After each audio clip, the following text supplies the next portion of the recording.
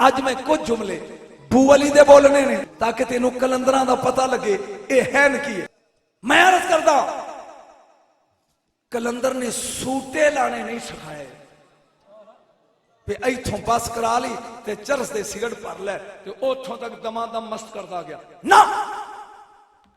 मैं कुतुब मीनार दिल्ली दा वेख के आया 90 फुट उच्चा ओदे थल्ले बह के 20 साल बू अली कलंदर ने कुरान ते हदीस दा दर्स दिता है। बोले नहीं जे तुसी मैं जुमले दो चार बोलना चाहना दो चार जी दर्स पा दे देने 20 साल पूरे हो गए ने काला काला रसूलुल्लाह कोलों एक दीवाना लंघिया कहंदा ओए बू ओए शरफुद्दीन किन्नी को देर तक काल च रहेगा हाल च नहीं होना। ये उन्हें नाल की समझ में की कह रहे किन्नी देर तक काल च रहेगा हाल च नहीं होना। एक कहन दी देर सी ओ ते टुर गया।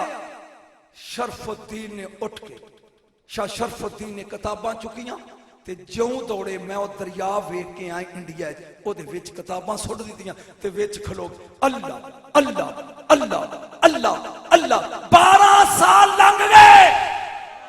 आवाज़े कुदरत आई सल मांग की चाहने अली बना दे। सुतियां मैं किवें जगावां की बना दे अली।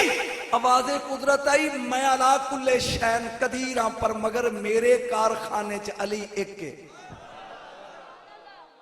बोलिया नहीं तू यार मेरे कारखाने च अली एक के।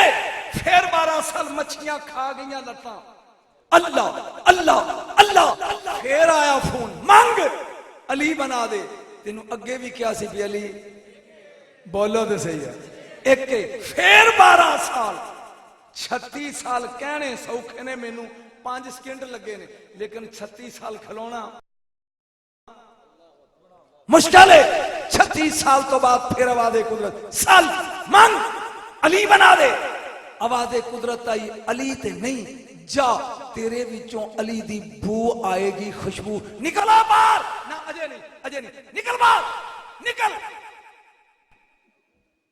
नास ते अदा वे कहंदा वड़िया आप सा ते कड ना बाहर। नहीं मेरा ख्याल है ऐद की मैं किसी गलत जगह थे आ वड़िया मैं खुद सी कड ये हुन खलोता डट के भी कड।